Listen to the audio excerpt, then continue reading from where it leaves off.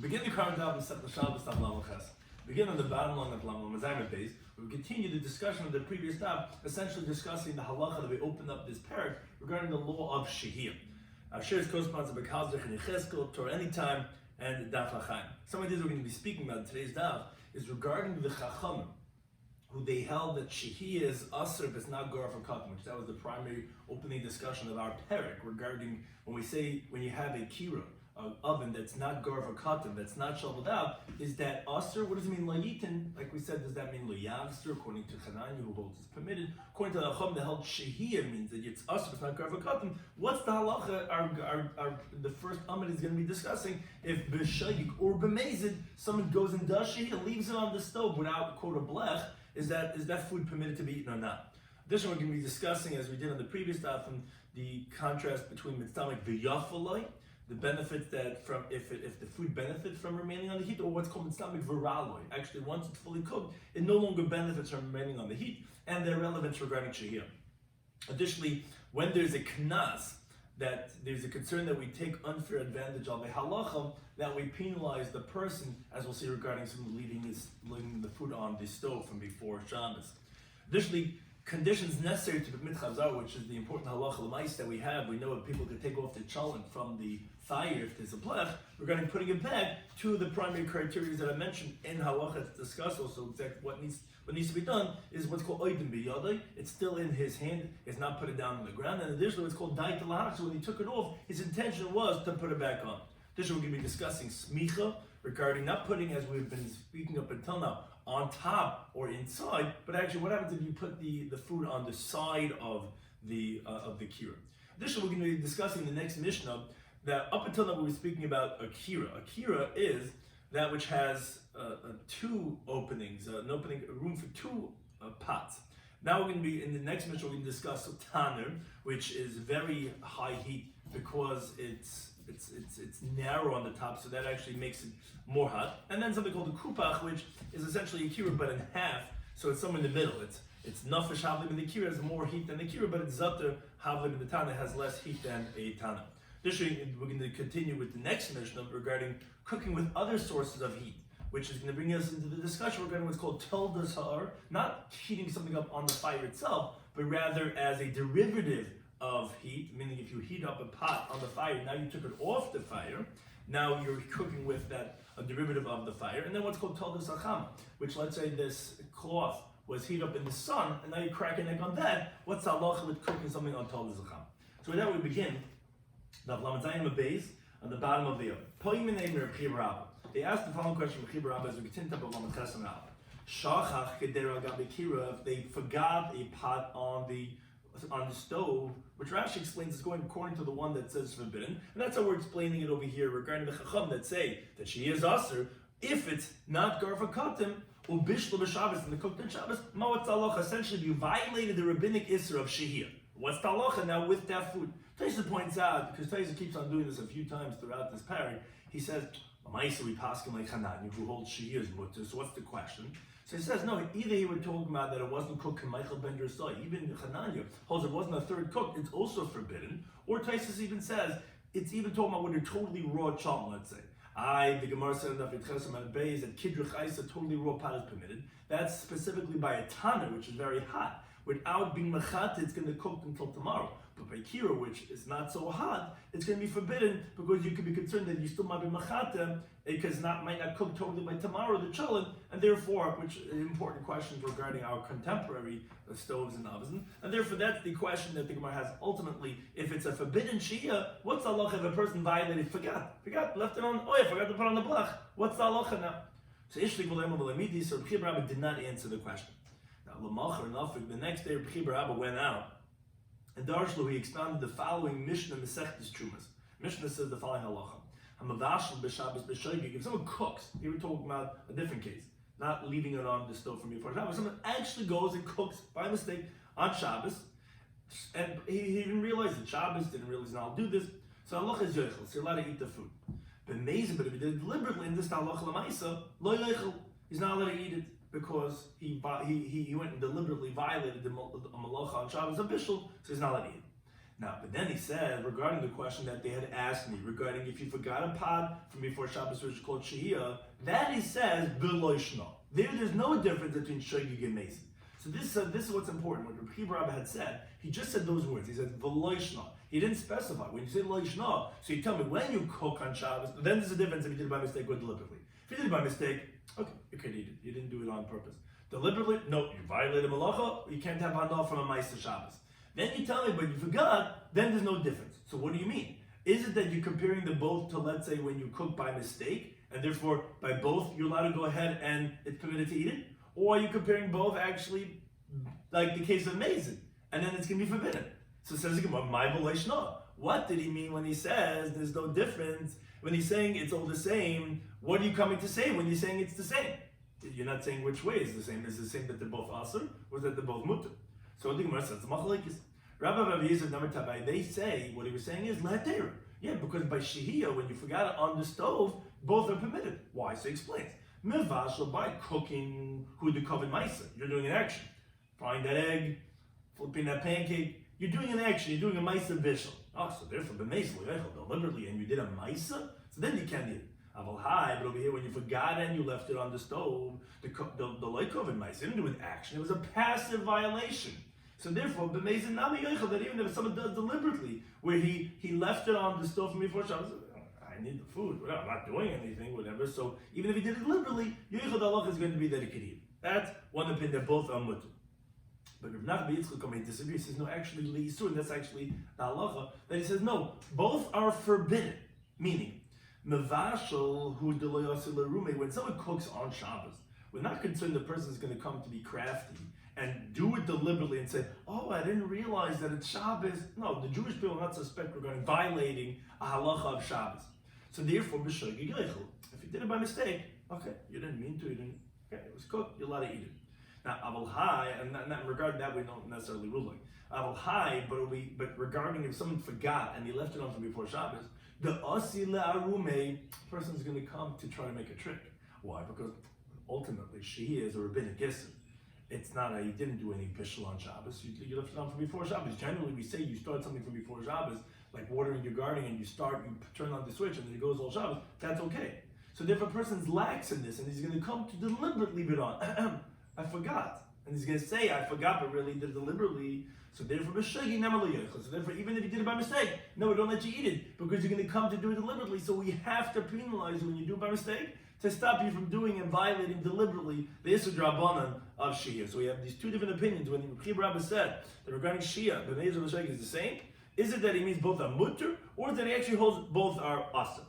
Now, that says the Gemara, right? Like we said, because the one that holds both are asur is because originally B'Shogig was mutter, because they treated the same as Bishul.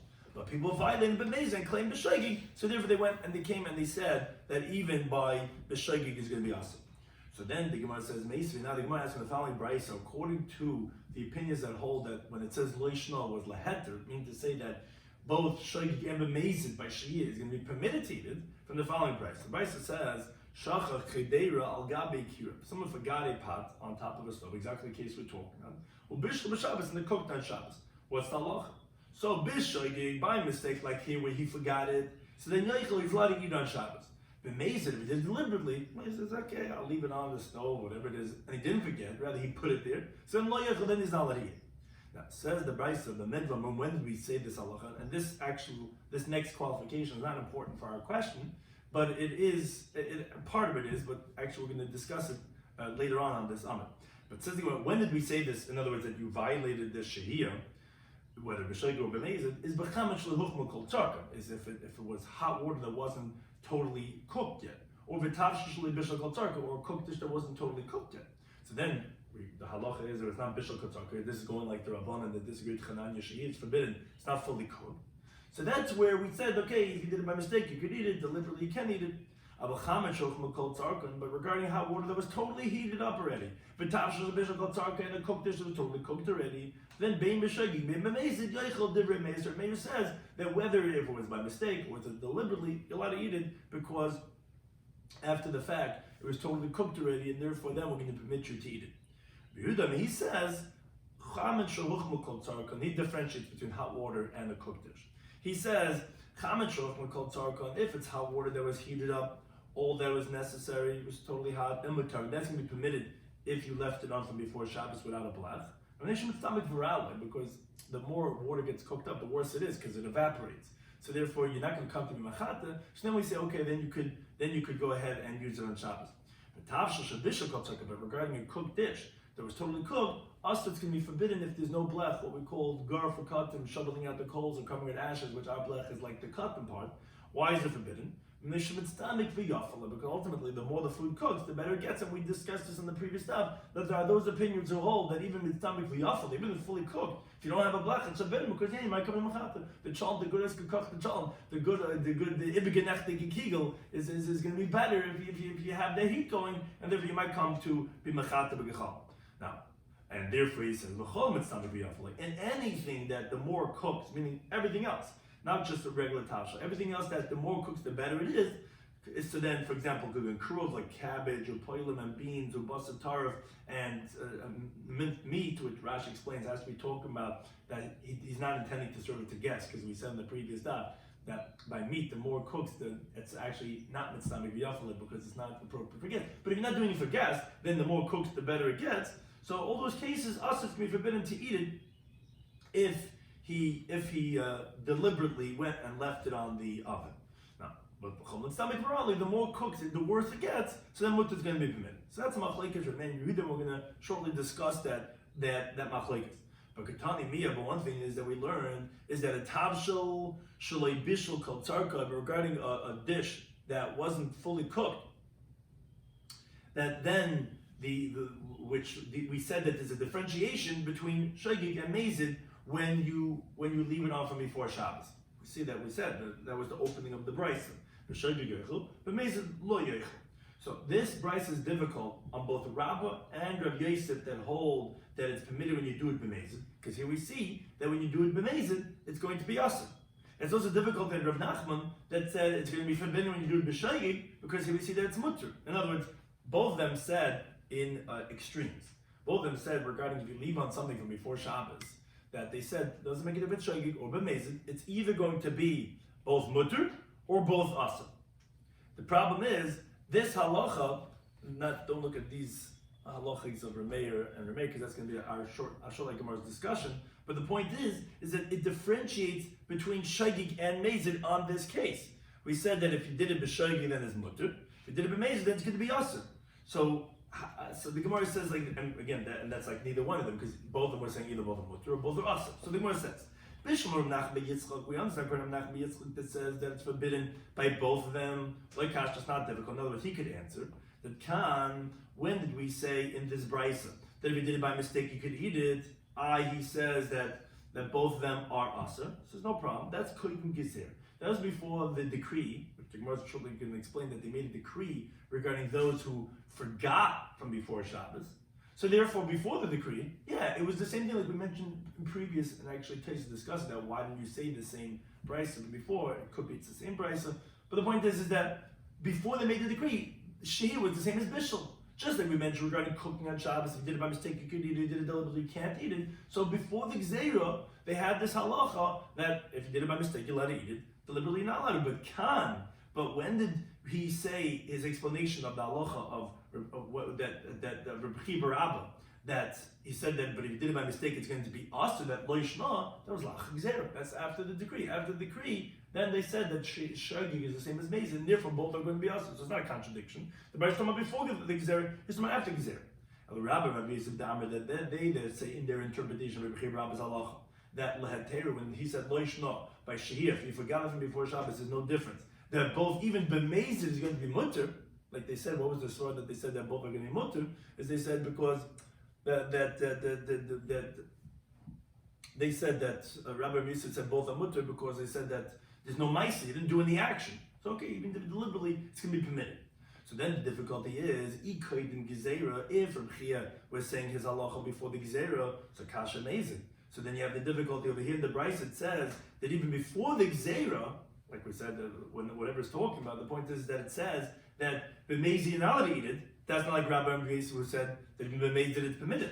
And ilach gzeira, if it's after the gzeira, which we'll shortly quote what this gzeira was, they're saying that both are mutter, kasha namashegi. Then you have the difficulty even when you did it by mistake. Because even by mistake it should have been aser, whereas according to their interpretation, whereas our Mishnah that says it's permitted b'shegi, this brisa is before the gzeira. So how do we understand that they're saying that both are mutter? How can you say both are mutter? If the brisa says that the Rabbi Yisrael say that both are Rabbi Yisrael both say that it's both are mutter, and here we say in the brisa that it differentiates between shegig and mezid. So definitely right off the bat we said that the mezid is difficult because it says it's forbidden. Now that's before the gzeira. And if Reb Chia is talking about after the gzeira, then it should be even forbidden, even b'shegig. So says the Gemara, kasha, it's going to be a difficulty because either way, if it's before the gzeira, then it's difficult. Why do they say that mezid is going to be mutter? We see from the brayso that mezid is aser, and if the tumalach gzeira, then there's a difficulty. Even shegig is going to be aser. So for sure, that's difficult on both on Rabbi Yisrael. Say both are mutter. In Monashach, if it's before the Gzeira, then the mezid should be aser, like we see from the brayso. And if it's la'ach Gzeira, as we see from the brayso, then even shegi should be aser. So that's definitely a question on Rabbi Yisrael. Now, it says my Gzeira. So what was this Gzeira that you were referencing? That you said, okay, according to Rabbi Yisrael, according to the Rav Nachman Yitzchak, that's going to be okay, but according to Rabbi and Rabbi Yisrael, it's going to be difficult. Says the Amar B'Yehuda B'Shmuel Amar Baba Amar Abkam Amar Rabbi says, but in the beginning, and we mentioned a similar idea beforehand, they would say like this: Hamavashel b'Shabbos, but someone cooks on Shabbos, meaning actively, when he does a biblical violation of bishul, which one lamatet malachas. So that's what we said. B'Shogeg, if we did it by mistake, he could eat. But Meizah lo yechel, if it does deliberately, he's not allowed to eat. Now, b'huadin l'sheichef, and that's what they said. That the same thing would apply to forgetting, where if someone forgot from before Shabbos. By mistake, he left the food on the fire, so then they could eat it. If he did it deliberately, then they can't eat it. They gave it the same halachic qualification as if he did bishul. But, and this is the point, this is the gzer. But when people start deliberately delaying it from before Shabbos, like we mentioned before, because since it's rabbinic, so people are lenient about it, but even they would say, oh, we forgot, but really they deliberately left it, which, b'diavad, like we said, bishul, is going to be mutter. So then they went back and they penalized even the one who does it by mistake. Again, that was that gezer that we said works out for Nachman by Yitzchak, where he had said that his opinion was that both are going to be aser. The Bryce says the shegig is mutter, the mezid is aser. So he said, yeah, that was before the gzeira. He was talking about that was Rabbi Chia was talking about after gzeira. But Rabbi Yisrael said, it's going to be difficult. How can you say both are mutter if before the gzeira? At least the mezid should be aser, like the Bryce says, and after gzeira, even b'shegig is going to be aser. Now we go back to the Bryce that we mentioned before. The Bryce had mentioned this. The primary thing we had asked from was regarding that you see there's a difference between shegig and mezid. Now then the Bryce had a machlokes Rabbi Yehuda to qualify what is the isser she'iyah that then would differentiate between b'shegig and mezid. And the Gemara says, we have a contradiction in both opinions. First, the Gemara explains. First, Rashi explains the contradiction of Reb Meir and Reb Meir. The difficulty is that Reb Meir on Daf Lamed Zayin, the beginning of the parak, he explained according to Beis Hill in the Brisa that you're allowed to do shehiyah only on hot water, but not on a cooked dish. Here, the problem is he says permitted by hot water and a cooked dish that was fully cooked. So you see that what's the halacha by a cooked dish? We have a contradiction. In the previous brayso, he said only hot water. As we see Bisham in the Mishnah said, like for example, hot water. Okay, that's something that you could leave on, that you're not going to be chatam. But a cooked dish, he says, even if it's fully cooked, right, the stomach biyafal, like it's better. He says no, you're not allowed to leave it on from before Shabbos. Yet here he says that it's permitted cooked dish, that it is permitted to do if it was fully cooked. You're allowed to leave it on even if it's not gar for katan, or at least so it seems. Then kash Rabbi Yehuda. We have a contradiction with Rabbi Yehuda. Why? Because over there in that same brayso, Rabbi Yehuda says that hot water and a cooked dish is going to be permitted to do shia. Here he says only hot water, because he says it's forbidden to leave on a cooked dish even though it's fully cooked. That was Rabbi Yehuda's word. So we have, that doesn't go through Rabbi Yehuda, But we have a Yehuda that says over here, Chaman Shulch B'Kol Tzar K'Matar, because it's Tamid Varala. Tavshel Shabisha Kol Tzar K'Asam, this is Tamid V'Yafloy. Yet over there he says, so it's essentially the inverse. Rameh and Yehuda are essentially the contradiction of the inverse, on some level. Rameir says that Chaman Abali Tavshel over there, but here it says Chaman and Tavshel. And Yehuda said over there, Chaman V'Tavshel, and here he says, no, Tavshel B'Shel Kol Tzar is forbidden. So how do we understand this contradiction? So this is Rameir Loi Kasha. First we explained the contradiction of Rameir. That's not difficult. Why not? That prior brisa that said that you're allowed to do shiur was talking about likatchila. Initially, you can go ahead and that's from here. So my daughters are doing all the friends, so we have to figure that out. Likatchila, that's talking about initially going ahead. Yeah, so that's forbidden by a tavshel, by a cooked dish. Yeah, likatchila, it's forbidden to do shiur. But over here, we're talking about the Evan, where you already left it on from before Shabbos. So that's what we said, it's permitted to eat it. As we said, the difference between B'Shagi and B'Mezid. So it's not a contradiction. Why not? Because, again, like we see over here, that's like a tchila. Initially, yes, coming before Shabbos, all you're allowed to do is hot water. But when we talk about it over here, we're talking about after the fact, but the Evan, then even the tavshel is what's going to be permitted. And Rabbi Yehuda reading Amalek Kasha, but Rabbi Yehuda is also not difficult. Why? That previous price is talking about beguf v'ktuma, when you had shoveled out the coals and you had covered the ashes, and you're not going to come you're not allowed to leave it on one that's not garf, because the Bryce was saying about it. And so, what are you allowed to leave on one that's garf that were permitted? That's where the Machlekes Rameir and Yehuda said. Therefore, Yevin like a tchila, Rabbi Yehuda permits to do shi on the tavshel. But Khan, here we're talking about B'She'in the Gruf V'Ketuma, where it's not shoveled out and it's not covered with ashes. So therefore, even B'Di'evet, it's going to be Asur. So that's why we understand Rabbi Yehuda also, that there's a difference over there. There it's Gar V'Katim, and so actually this should be Rabbi Yehuda. That's Rabbi Yehuda says she even on a tavshel food over there, and here Rabbi Yehuda says she is only on the chaman, on hot water, so that's why it's not a difficulty. There's to my guf v'ktuma. So if it's garfakad, there's a blach. Yeah, so you can leave on even a cooked food. Here, Rabbi Yehuda says that she is only on chaman, hot waters, because not garfakad, no blach. So therefore, he says that it's going to be permitted only hot water. Now, Taisa points out that actually you need to have both answers for both Rameir and Yehuda. I can go through the cheshbon, but he says that both of them you're going to have to say that there it's garfakatim and here it's not, and also regarding that there's a difference between the ketchila and b'di'evet. So again, that resolves the contradiction between the two opinions. Now, the Gemara up until this point was talking about shachach v'shach. Someone forgot and he left it on the stove. What's the halacha? Which we had these two different opinions. One said that it's going to be both asur, one says it's going to be both mutter, and we refuted the opinion that we had a difficulty at least. And we said that both of them are going to be asur. Originally, shogig was mutter and mezid was asur, like by Bishul. Then we said that no, people are going to be asur la'rume, and like we found that they were mashim the mezid. They said that we forgot, so they were chazav comes ala shechem. Now we go to the following question. What's written? This is the way Rashi interprets the Gemara's question. Is avar someone deliberately violates? Which Marsha explains in Rashi, didn't we explain just before that there's no difference between shogig and mezid?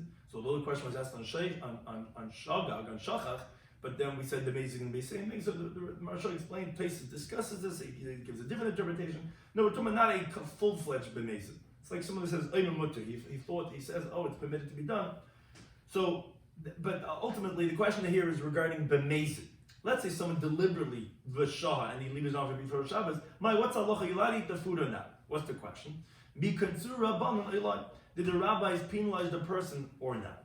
Says the Gemara Tashmat's being a right. Damashmu ban nasna Reb Chanina. Says Kachalach Rabbi Tzipori when Rabbi went to Tzipori Matzacham and he found people that left hot water shenishtal gabekira, which were left on from before Shabbos on the stove, which was not garver katan. And he did not make it forbidden for them to use it because ultimately it was mistamik virali. The more cooks, the worse it is. So they were not concerned shemichat. So they were b'di'evet. It's going to be permitted. Bayim b'tzumakas, but there were eggs that were cooking, overcooking, shenishtal gabeki, which were left on the stove from before Shabbos. V'aslan, and they made it forbidden because eggs, as the Gemara shortly explains, is mistamik virali. The more it gets cooked, the brown dot eggs from the challah, he made it forbidden. Says the Gemara, my love, isn't this that he made it forbidden for them? Lo Yisrael Shabbos was for that. Shabbos he made it forbidden for them to eat it. Which we see that if you were over v'shaha, that then it's going to be forbidden to go ahead and have enough of it, and we penalize. So well, no, it's not a right. That was the Shabbos Haba. That was for the coming Shabbos that he made it for them. Now he told them, when he came there on Shabbos, he said, no, you cannot do this the next Shabbos. Which, like a you're not going to do shiur on something that's mitzvah v'yachol. But regarding this Shabbos that it was already cooked, he permitted them to eat, and therefore it's not right. You could say that actually Ava B'Shah is going to be permitted to eat. Now, parenthetically, the Gemara asks and says, well, Machlal Debein with Tzamokis, is that to say that cooks that eggs that overcook mitzvahs v'yachol, and that the more they cook, the better they are, even when they fully cooked, and therefore he said it's going to be forbidden.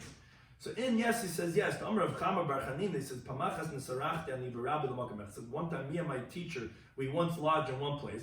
They Viu L'Faneinu, and they brought in front of us during a weekday, Bein with Tzamokis, Oiska Kochte Ayer, fully cooked eggs that got shriveled up until they got so thin, kuzradin, like sorb apples, which are very small apples. V'chanam harbor, we ate so much of it, which, from the fact that they said we ate so much of it, obviously means to say that it was good. It's a tasty dish, and you see that it's considered mitzvah b'yachol, and therefore that's why he said it's forbidden. The only question was, did he make it forbidden for them for that Shabbos, or and therefore he says also b'chayil, and the Gemara says not necessarily. It could be says for next Shabbos that's forbidden because shemei chata because it's mitzvah b'yachol, or it could be of a rishah, someone deliberately left on from before Shabbos. It might be permitted. Now the Gemara continues with the halacha of the Mishnah, where Besil Oimrim, they said up until now we were discussing the laws of shiur, which is if someone left on from before Shabbos, we said you can't leave on without a blech, what we call gorfakat, and you have to shovel out the coals and or cover it, which again with ashes, which is what we do with our blech. And then on our daf up until this point we spoke about what's halacha if you forgot and you did shiur, or you deliberately went and did shiur. Those were two questions according to Rashi. Now we go to the next part of the Mishnah. They still said, not like Bishami, you could even do what's called chazara. Not only could you leave it on from before Shabbos, you could go ahead and put it back on Shabbos if it's garfakatim, if there's a blech. Now, Amr of Sheshas, he explains that Ladivri, Amr, according to the one who says it's between them and base, which essentially is the opinion of Basil, that Machzirin that you could put it back, it's a fill of Shabbos, even on Shabbos. Now, there's a classic Machlekes Rashi and Tais over here. What does it mean even on Shabbos? Rashi says, when he says even on Shabbos, of course. Well, what are you talking about? Chazara on the weekday? Well, of course. So, actually, that's what Tais learns. Tais learns actually Issa Chazara from before Shabbos. So it's saying that even on Shabbos is the Issa Chazar. Rashi, who we always generally go with the interpretation of Rashi, says, when it says even on Shabbos, it means even on the day of Shabbos, Shabbos day. Meaning, and this is going to be a very important concept for the whole halacha of Chazara, as we're going to shortly see, that Chazara, why you're allowed to put it back on is because it's only a putting back. It's not an initial. Nasim l'kechila, initially putting on, everyone agrees is going to be forbidden. The chiddush over here is, when you're taking off and putting back on Shabbos day, is don't say that the machlekes of Beis Hillel and Beis Shammai was only at Friday night. There we said that it's permitted to put it back on because it's obvious that when you took it, that your intention was to put it back on because you need the challah for tomorrow. But during the daytime when you took up the challah, it's not obvious that your intention was to put it back on, and therefore your original putting, your shihiyah, was batal, and it's like you're doing a new nasim like a tchil, which even according to Beis Hillel is going to be forbidden. That's the chiddush that no, even on Shabbos day, when you took it off, you're allowed to put it back on because we're still saying that you took it off with the intention of putting it back on.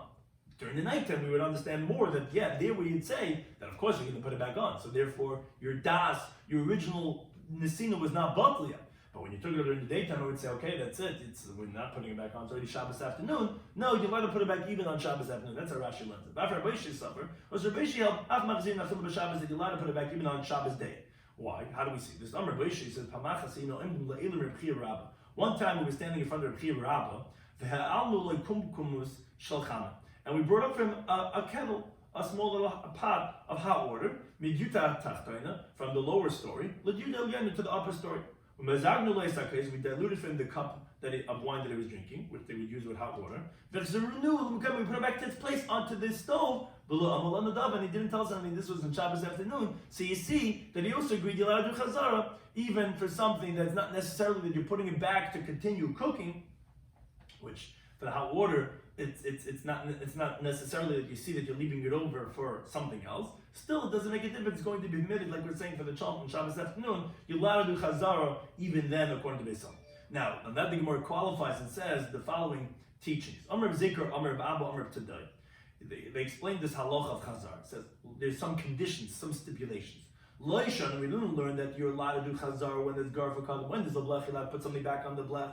Only if he's still holding on to it. And this is where you get everybody holding on to the thing as they're taking off the chalm. But if it was put onto the ground, then also it's forbidden to do chazar to put it back onto the blach. Why? Because what happens is when you put it back on the floor, so then you lost your original shehiyah. It's like you're doing it initially for the first time now, because what makes it putting it back? You didn't put it back; it was on the floor. Now you're putting it on for the first time. That's going to be us. That doesn't seem like a tchil. But Omer Bambi says no. Reb Tadoi David. This Reb Tadoi was saying that if you put it on the ground, it's forbidden. Legarmehu David. If he's doing it for himself, in other words, he's an individual opinion on this. The halacha does not fall like him. And he says no. He says Rabbi Yechon quotes that even if you put it onto the ground, mutter, it's going to be permitted. That's one machlekes. Now, additionally, there's another. We have the same machlekes. Pligim bar Rav Dimi, Rav Shmuel bar Yehuda, and the Tavayim Shmid Rav Elazar. Amri, they say same machlekes. Chadam one says, "Oy if it's still in his hand." This actually, as we rule, as we know, the common custom is for people to be holding on to it. Oy if it's still in his hand, mutter, it's permitted. Agabe karka, if it's on the ground, it's us can be forbidden. Now, Chadam one says, "No, he nichal agabe karka na mutter." Even if it's on the ground, it's mutter. The same machlekes that we just said before. Now, but here we get another stipulation to be added on to the obligation of chazar. Says, this that you said, if you're still holding on to it, it's permitted. And there's a discussion in even the contemporary halacha regarding you need both. If you did one, what's the halacha? But primarily, you need to have this too. That your intention was to put it back on. So not only does it have to be that you were holding on to it, and again, these are all the same svar we said before, that has to be that we see it as a continuation of the original Nesina from before Shabbos. Because now we'll do a new Nesina now. So what is that considered? A, you're holding on to it, and Shadai Talahach, so your intention is to put it back on. So also, but if your intention was never to put it back on, then even though you still hold on to it, so also you lost the original Nesina.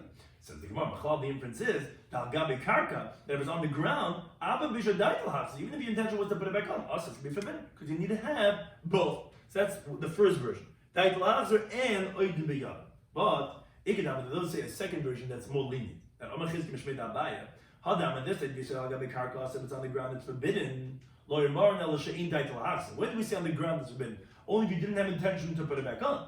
But if you had intention to put it back on, even though it's on the floor, so you never lost that original Nesina, it's still going to be permitted. Now, the inference is, according to this version, if it's in his hand, even though he didn't have intention, as long as he held on to it, so it's going to be permitted. And that's the second version, where if you have either one, even if it's on the ground, or even though you didn't have daitoi, then it's going to be permitted. And that's a discussion, even halacha, is that going to be permitted after the fact that you only had one. He said, what's the halacha if you hung the pot on a stick? Is that like you're holding on to it because you never put it on the ground? Or no, you're not holding on to it. It's just like you put it onto the ground. So the Gemara doesn't answer that question. Additionally, what's the halacha you put on the bed? So on the one hand, you're not holding on to it. On the other hand, it's not on the ground. Or additionally, Vashi says, let's say you emptied out from the pot that was the hot stuff was in, and you emptied out to another pot. What's the halacha? Do we say, okay, so it's like a new shehiyah, it's in the scene like a tchila, it's like a new atmana, and you now put it back onto the pot because it's a new pot, or no? Or do you say that ultimately, I'm putting back the same chant? So the Gemara take a little stand, it's not clear what the halacha is going to be. Let's say you poured it from one pot to another pot, okay, now there's the first time the pot's going on the other hand, but no, there's the same food, so the Gemara doesn't answer what's the halacha by those cases. Now, as we continue with the next Mishnah, which continues from the opening, our topic of this parasha is called Parakira, that of the stove. Now, the kira is only one of three types of Talmudic types of ovens, which we explained that the kira had room for two pots, which made it the lowest on the rung of the three types of heats for the ovens, because it has more airspace, so it's not going to be as hot. Then there's the tanner, and then there's the kupach. So that's what our Mishnah is going to discuss. Those two types of ovens. So a tanner, because it's narrow on the top and it's wide on the bottom, it has this trapezoidal type of shape. So therefore, it has very intense heat, more than that of the kira. So therefore, although we said regarding kira, that if there's heat up at kasha gavava, which straw and stubble, it's going to be permitted because there's no shemechat over there. Tanner is going to be shesiku b'kasha gavava. Even if it's heated up with straw and stubble, the halacha is lo yitin, he's not allowed to put it, which Tais explains, just like we had the discussion regarding the previous Mishnah on regarding the kira. If what does it mean loyitin? Does it mean not to do shehiyah, or does it mean you're allowed to do it like chananya, but you just can't do chazara? Here also loyitin would mean you're not allowed to do chazara, but it would come out. The way place always like quoting from chananya, but shehiyah you'd be allowed to do even by an oven, which there's no gar for cotton because no problem about shehiyah. But so again, the same loyitin would be, what does loyitin mean? Tais explains, you're not allowed to do shehiyah, or you're not allowed to do chazara, putting back on Shabbos, because again, chananya all shehiyah allowed to do once it's cooked the third cook. We don't care. We're not concerned. You're going to be mechab. But be that as it may, whichever interpretation you go in the previous Mishnah, which again we discussed is even halacha l'maisa is still debated. You now put it beimi taichai, whether inside, beimi agabav, whether on top. So we see that a tanner is going to be more severe. That even though by kir we said bekasha v'vava is going to be permitted, only by gefes be'etzim did we say it's forbidden. But here, since it's so much more intense, you're not allowed to put it not on the top, not inside. So although by kir you're allowed to put it on the top, here you're not allowed to put it on the top. Now by kupach, regarding this kupach, which we said, as we'll explain the Gemara, is different. The ear space of it's made in the same shape as a kira, but its length is like its width. It's a square, and it only has room for one pot. Whereas a kira, we said, has room for two pots. So, as the Gemara will explain, so it's somewhere in the middle between the tana and the kira. So it depends. If sheisiku b'kash b'gbava, if it was fueled by the lesser type of fuel. We said straw and stubble. There's no real concern of shanichata because it's flammable. It doesn't create any coals. It gets consumed right away. So then then it's like the lesser type of oven kiru, which is going to be permitted to do shiur. That's if it's heated up with kash and vav. But the gav is ve'etzim if it's heated up with mark, which we say is the refuse of the sesame seeds or wood, which that makes coals. Then it's like an oven, which, as the Gemara will explain, even if it's gar v'katim, then the halach is going to be that it's going to be usher like the tanner, which we said that by the tanner, gar v'katim will explain the Gemara. Doesn't help. That's going to be the same thing by the kupach. So it depends on what you're fueling it with. What are we going to treat it like? If it's with the lower fuel, we're going to treat it like a kira. It's going to be mutter. If it's with the kash v'gvava, which is more severe, makes cold, then we're going to treat it like a tanner because it's somewhere in the middle, and then it's going to be usher, as the Gemara will explain, even if it's gar v'katim. So now the Gemara explains that when we said in the Mishnah, Tana Shesiku, an oven that was heated up, so that we said that it has the halachas of being usher, even if you heat it with straw and stubble. So Rabbi Yisrael thought to say that toichai, this that we said you're not allowed to put stuff inside the oven. Toichai mamish, it means literally inside the oven. Al gabav, when you can't put on the oven, al gabav mamish, it meant literally on the top, meaning on the edge, it's forbidden. Avalismaich, but the DQ is making was. But to put it near the tanner, by the wall, shaper dummy, that's going to be okay, because that's not a severe, that's just putting it on the side. So, meaning by kira, we said, in the previous daf, we said that it's permitted to do smichel. So, although on the top, if let's say it wasn't gar for cotton, it's going to be asur, but here it's going to be permitted. So on that, Rabbi Yisrael thought to say that a tanner, it seems like, is also going to be permitted, because what did the Mishnah say? Agapav and teichis asur. But that means to say that on this side is going to be mutter. Shaper tamis is going to be okay. That's what Rabbi Yosef thought to say. On that, Abaye asked from the Sefer of our Mishnah. Our Mishnah said, "Kupach shesiku b'kash b'gvar." Remember, we said by kupach, it's somewhere in the middle. So we said that if it's heated with straw and stubble, which is the lesser type of a fuel, it doesn't make coals. Really, is no concern of shemichata. Areka kiram, so it's like the kira, and that it's going to be permitted. The gefes is be'etzim, but if you did it with the firewood and the gefes, harei ketaner, then it's like a tanner, and that what? Bas is going to be forbidden. So it says the Gemara like this, the following thing. Ha kira, the inference is, but if you treated the kupach like a kira, then shari would be permitted. In other words, from the fact that it's saying it's like a tanner, the inference is, had you treated it like a kira, would be permitted. So if so, it comes out that you're telling me that a kira, there is heated with gefes ve'etzim, would be shari, would be permitted, because you're saying, because like a tanner, it's going to be asur. But you tell me it was like a key, would be permitted. So says the Gemara assumed that we're talking about that it was not shoveled out from the coals.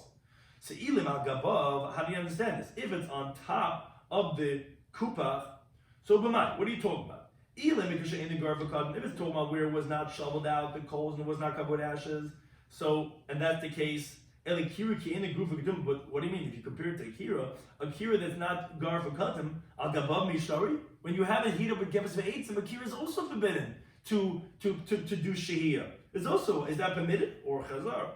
Elalab rather proves abaya, not like Rabbi Yosef. Obviously, it's lismoich. Obviously, it's coming to say putting it nearby, which that's permitted by a kira, even when it's gevas ve'etzim, like we pointed out. That we know is permitted. So that's what for Ketani you're saying. Oh, but a kupach, if you hit him with gevas ve'etzim, hareyu ketaner, it's like an oven, and ve'aser, and that it's forbidden. So you see that it's forbidden to do smicha by a tanner. So that says, Rav Rabbi says no. Hacha over here in our Mishnah is bekupach garuf v'katan. We're talking about that the kupach is garuf v'katan. That's what we explained on this slide. That when we said the gevas ve'etzim areis segetaner, it's not like Abaye was saying that we're talking about smicha. Because what does that mean if you would say it's like a kir would be permitted? Kir is also gevas ve'etzim, and that's ain't a garuf v'katan. No, we're saying that kupach is like a tana when it's a gevas ve'etzim.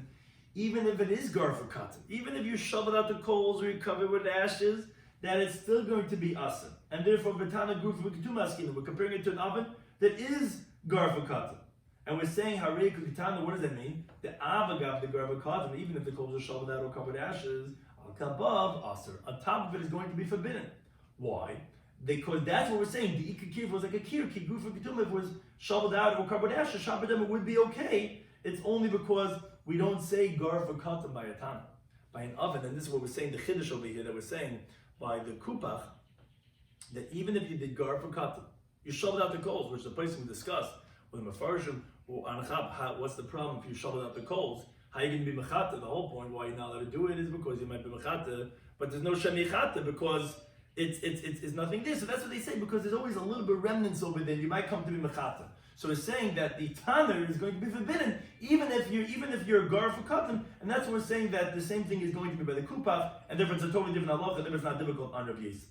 But the Gemara says Tani Kabbalah say Abaye, but ultimately we have a brayz that says clearly like Abaye that it is forbidden to do smicha by a tanner. That was their machlekes, Rabbi Yosef, and regarding Abaye, Rabbi Yosef said it's permitted. Abaye said it's forbidden, and that was saying a brayz that says like Abaye. Because what did the brayz say? Tanner shesiku b'kash b'gvav. An oven that was heated up with straw and with stubble, says clearly like Abaye, in simcha you now do smicha. And the intzor chlem al gabav, sure you don't have to say that you now put stuff on the tanner. The intzor chlem al tayv, you don't have to say you now put it inside. The intzor chlem al gevas ve'etzim, you don't have to say that it's forbidden with gevas ve'etzim. That's all the levels, because gevas ve'etzim is the more severe one. So we're saying that the bigger chiddush, which is like Abaye, that you now do smicha by a tanner, sure not on top, sure not inside, which is the worst, and for sure not with gevas ve'etzim, because we're saying that it's even by kashik vava you now do, as we said in the Mishnah, but it's even smicha, which is saying like Abaye. Whereas kupach shesiku b'kash b'gvava, but regarding a kupach which was heated up with straw and stubble, so that we said the kupach when it's with straw and stubble, then we treat it like a kira. So if it's taimchli you could do smicha, and the Vilna Gaon changed the girsa here in the Gemara because to say ve'ain would be difficult. Rather the nice nagama, the allowed part on the top because we're treating it like a kira. But the gevas ve'etzim, like we said in the Mishnah, but if you're heating up with straw with the firewood, then in some chalai, then I'll do smicha again because then we're treating it like a tanner. So we have a brayz that says clearly like Abaye. Now the Gemara qualifies, as we had mentioned this before, only Rav Acha Breder Rav Rashi says, hi kupach, he says, this kupach heichadami. What's it talking about? In other words, the Gemara explains the question. Ika kira dami, if you're treating like a kira, so then afil b'gevas ve'etzim nami. Then even by the gevas ve'etzim should also be permitted when it's gar for katan. And ikatana dami, if you treat like a tanner, afil b'kasha gvav nami loy, then even with straw and stubble should not be. What's this middle stage we keep on saying? We say with gevas ve'etzim it's going to be asur, and but by the kasha gvav it's going to be mutter. But why? Which one is it like? Says the Gemara, Malay says it's somewhere in the middle. Nafash havli with the kira, it has more heat than the kira, then that's the kira stove. The zuta havli with the tana, but it has less heat than the tana, so it's somewhere in the middle. Says the Gemara, heichadami kupach, heichadami kira. What is this configuration of the kupach and what's that of the kira that we're saying it has a different halacha than both of them? So Rabbi Shloimy says because this kupach is mokem shvisi keder achas. It has room for one pot. Kira is mokem shvisi shtei kederes. A kira has room for two pots. So therefore, a tanner has room for one, but it's narrow on the top. So that's the most heat. Kira has the least heat because it has room for two pots, and it's this rectangle type of a shape. But this, that it's a square, it's somewhere in the middle. So therefore, that's why it has a middle halacha that by kasha dvava is going to be mutter, but by gevas eitzim is going to be asa. Now, he says, we have a Mishnah Masechtas Kelim that tells us clearly this differentiation between the kira and the kupach. The Mishnah says the following halacha: Kira, the kira stove, shenechlik la'arka, if was split along its length, so that not like that picture, but along its length. So then you ruin both openings because you don't have, if along its length both coverings are not viable anymore. So therefore, tahira, it's going to be tar from its tumah because you totally destroyed it. But if it's split l'rachba to the width, so actually when you split to the width, it's still going to be mekabel tumah because you almost like have two kupachs over here. So therefore, the halach is going to be tamei, it's going to be tumah. But kupach, regarding the kupach, bein la'arka, bein la'rachba, whether it's split along its length or its width, that says the Mishnah tar it's going to be tar. Why? Because the length is like the width, because it's one square, and therefore since there's one room for a pot, therefore it's going to be batal. So that's we see clearly this in interpretation of what's the difference between the kupach and the kira, because the kira has room for two pots and the kupach has room for only one pot. Now we continue with the next Mishnah, which continues on this discussion. The first Mishnah was talking about the kira, the second one was talking about the tander and the kupach. This Mishnah continues and talks about different types of bishul. Up until now we talked about in the classic heating up on the fire. We're going to talk about derivatives of heat. And I'll put an egg on the side of a copper kettle, so that it should get partially roasted. In other words, although we said before that, let's say you might be able to do smicha to put something nearby, but that's only to warm it up. But let's say it's going to cook the thing. So cooking you're not allowed to do, even on just of the copper kettle. As we'll see, even if it's not even on the fire, the halach is going to be, it's told us, or it's a derivative from the fire. You have taken a pot from the fire, and you put an egg, which gets cooked very quickly, as our Gemara will explain. So therefore it's going to get, even when it gets partially roasted, it's already considered cooked. So therefore you're not allowed to put an egg on the side to get cooked. So that's what's called told us, or this pot was heated up on the fire. So it's a derivative of eish. So therefore the egg cannot be put on the side of it because that's going to, even partially roasting is going to be considering it cooking. So too, v'loif ke'ena. You're not allowed to break the egg, b'sudarin, on a kerchief that was heated up in the fire, so that it should get roasted from the heat of the sudar. But Rabbi Simat, here we have a machlekes regarding if that's permitted or not, as we'll explain the Gemara, because this is what's known as toldas hacham. Because this is not, this blanket did not get hot from the fire, it got hot from the sun. As we'll see in the Gemara, actually cooking by the sun is not prohibited at all, it's only cooking from fire. Here we got cooked. The blanket looks the same as, we don't know if it was cooked by the sun or cooked by some other heat source. That therefore here we have machlekes. The Tanakh says it's going to be aser, Rabbi says it's going to be mutter. The next case is you're not allowed to bury the egg in the sand or the dust of the roads, which the sand was heated up from the sun. You're not allowed to do the b'shilsha titzla that the egg should be roasted. The Gemara is going to explain why does Rabbi Yossi disagree over here. How come over here he seems to agree, he doesn't disagree? Here he says it's going to be usher. Similarly, it's the same case as told the Sachama got heated by the sun. They would disagree, here he doesn't disagree. Now, related, the Gemara is actually going to discuss where does the story come in, to which halacha the Mishnah. But the Mishnah says, there was a story where the people from Tiberia went, when they brought from before Shabbos, a silon, a pipe, shaltzainen of cold water.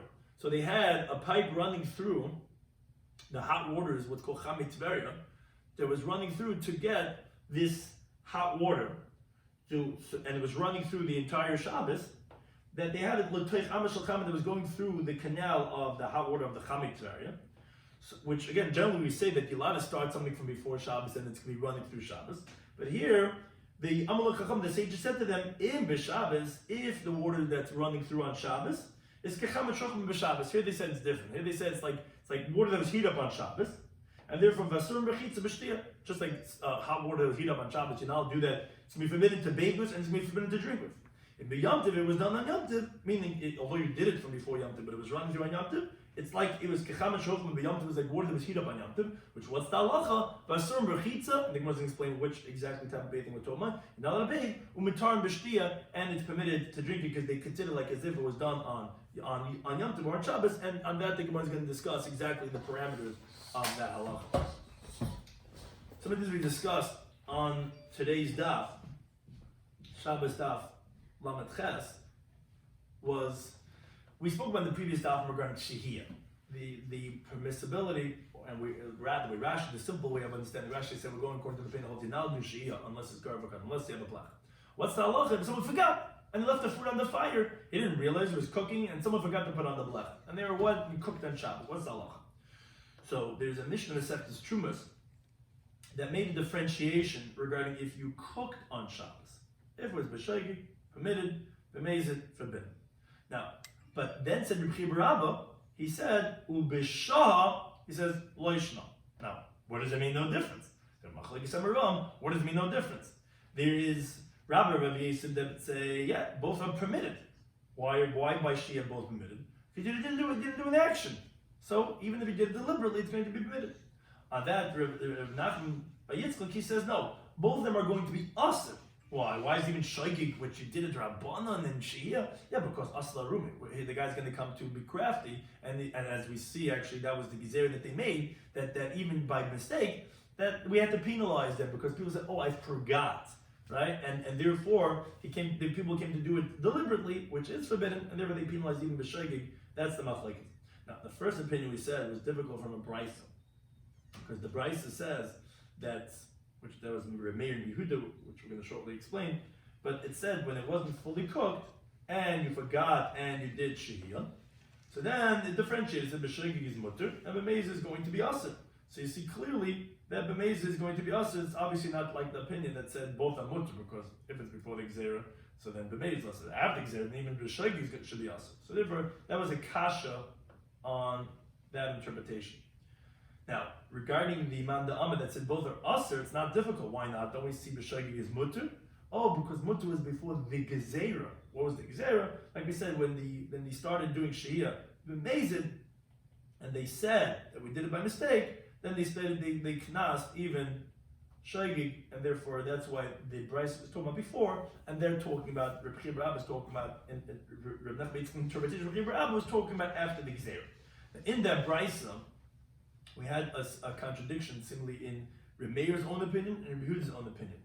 And then the Gemara says, no, it's not difficult, because previously it was talking about l'katchila. Yeah, that you're not allowed to do shehiyah on the tafshel. Here where we said that you're allowed to do shehiyah on chamen, a hot water, and the tafshel is talking about b'diavad after the fact. So to Rabbi Yehuda, although previously he said that it's permitted to do shehiyah on the tafshel, that was talking about begar for kata, so then it's permitted to do. Here he says asr, even a tafshel that was bishul kol tzarka, he's talking about when it's not gar for kata, then it's going to be asr. That was one discussion we had on Amenah. Then we said, what's if avar, the way Rashi translated, b'meizid, deliberately and did shehiyah? What's going to be the halacha? So we said it's not a raya from the story of Rebbeis and Sipuri that he said it's forbidden for them, because that could be, he was saying the next Shabbos can be forbidden because it's in the stomach v'yafalai, because he was talking about eggs, which are, the more they cook, it's going to be better. So it could be he was only talking about the next Shabbos, but it could be this Shabbos actually, he would have said it's permitted, and therefore it's not a raya. Coming back to explain the halacha of the Mishnah, that Beis Hill said permitted even to do chazar. You're allowed to put something back on the blech. So that's it. It's called gar for kat. So then, that's the Gemara explained, even on Shabbos, which we explained according to Rashi means even during the daytime, where this is important because this is the criterion for chazara, which has to be a continuation of your initial shehir from before Shabbos. Even during the daytime, where it's not so obvious that when you're taking with the intention of putting it back, even so, Beis Hill says permitted to do chazara, even if you took it off during the daytime, not just at the nighttime. Then we had a machlekes, two criterion, which question is, do you need either one? Do you need both? Do you need one or the other? If, is that specifically oiden b'yadai, still in his hand, and also if daitil ha'havzer, we have different computations, again, like we said, could it be only on the ground, but daitil ha'havzer, oiden b'yadai, and not daitil ha'havzer, or do you actually need to have both, oiden b'yadai and daitil ha'havzer, and that's discussed even in the contemporary halacha. And we had some questions. What should be hanging on the peg? On the one hand, it's not on the floor, on the other hand, it's not in your hand. Put on the bed is the same type of question. And Piyam Mechel Mechel, on the one hand, it's the same food, on the other hand, it's a different pot. That's the Gemara's question, and the Gemara says take it, the Gemara doesn't explain what's the halacha in those cases. Now, we had the next Mishnah that spoke about a Tana, different than the previous Mishnah of a Kir. So it says it's forbidden inside, on top, even if it's with Kash and Ugavava, unlike that of the Kir. Now, again, Kupach, it depends. If it's kasha gvava, the lower type of fuel, so then it's like a kira, and then it's going to be mutter. If it's with gefes ve'etzim, then it's make it down, and then it's going to be asa. Now, we explained the Gemara that why is kupach somewhere in the middle is because it's zuter mataner, it has less heat than the oven, but has more heat than the kira. As the Gemara explains, because it's not narrow on the top like a tanner, but it's not room for two pots like a kira, it has room only for one pot. And so to learn the Mishnah Masechtas Kalim, that it gets purified if you cut it either la'arkai or l'rachbai, because it doesn't make a difference, there's room for one pot, unlike that of the kira, it depends if you cut it la'arkai or l'rachbai, because one way you're going to be totally demolishing if you're doing the length, and if you're doing the width, actually you're making like still room for the pots to be on. Now, regarding the tanner, when we said it's asa teicha begabai, so we have machlokes regarding smicha. Rabbi Yosef said, yeah, only on the top or inside it's forbidden, but on the side it's going to be permitted. And the Bible says no, even on the side is going to be forbidden. Which the Gemara says not a raya from our Mishnah, like Abaya, where we said that a kupach is like a tana when you do begefes. Now the mashmoyis is that by akira is going to be permitted. Well, akira permitted with gefes ve'etzim. We said in the opening Mishnah of our parak that even akira is forbidden with gefes ve'etzim without gar for cut. Obviously, we're talking about smicha that akira is going to be permitted and that a tana is going to be aser like Abaya. And that's what the Gemara. No, we're talking about that it's gar v'kat, which is a very important halacha by the understanding that of kupach and tanner.